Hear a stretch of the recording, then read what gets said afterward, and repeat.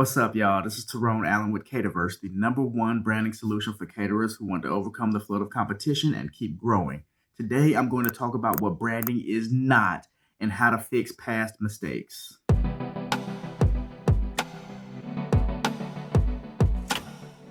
It's easy to get mixed up by the millions of ideas on branding. Many focus on surface level items like logos, fonts, colors, and marketing assets.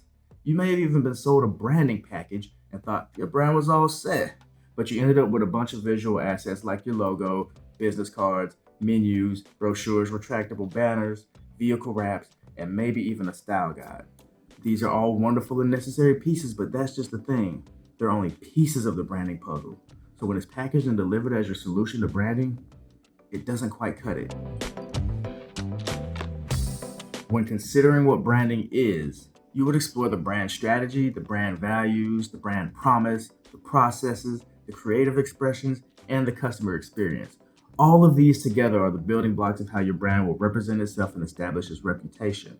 Unfortunately, several things are presented as the sum of your branding when they're only a fraction. Let's look at some of these culprits. The name. Arguably one of the most important decisions when establishing a business is choosing what to name it.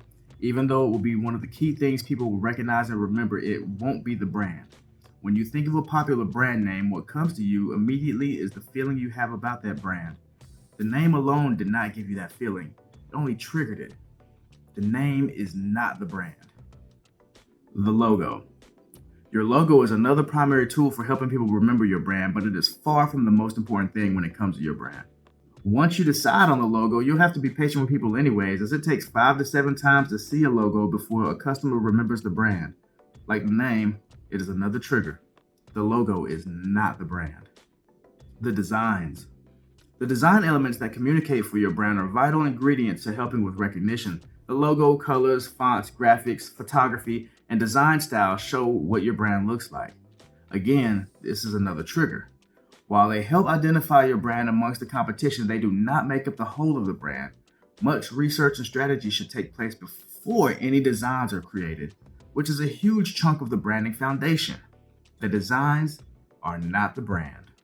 The branding package. A collection of assets labeled as a branding package is often pitched as the holy grail for all your branding needs. This highly curated group of items act as the starter kit for businesses looking to start being recognized in the market. Using a branding package is an excellent way to get business going quick and easy, but truly building an impactful brand is never a quick and easy task, and it really takes time and effort in areas beyond where a branding package can nurture. While it does contain some of the key things you can't go without, it consists of items that fall directly under visual identity. And so, the branding package is not the brand. The marketing. Marketing campaigns and advertisements are closely connected to branding and help promote your business and build brand awareness. They can often be full of catchy taglines, slogans, and songs that people can immediately associate with memorable brands, but they still fall short of actually being branding for a few reasons. Primarily because a brand is never what you say it is, it's always going to be what a customer says it is. Whatever your campaigns say about your business is an attempt to influence people's perceptions of your brand at best, but what they say about your business is what counts in the end. Secondly, any good marketing strategy uses an established brand strategy as its guide. This means that marketing and advertising work ends up being a product of prior branding work. And C, the marketing direction can change with trends, platforms, seasons, or even an ad agency at the helm. The brand direction, on the other hand, does not change. The brand's identity will remain constant, and marketing will speak about the brand's identity accordingly. There is the exception of a rebranding, but this just establishes a new guide for any future marketing to follow. The marketing is not the brand.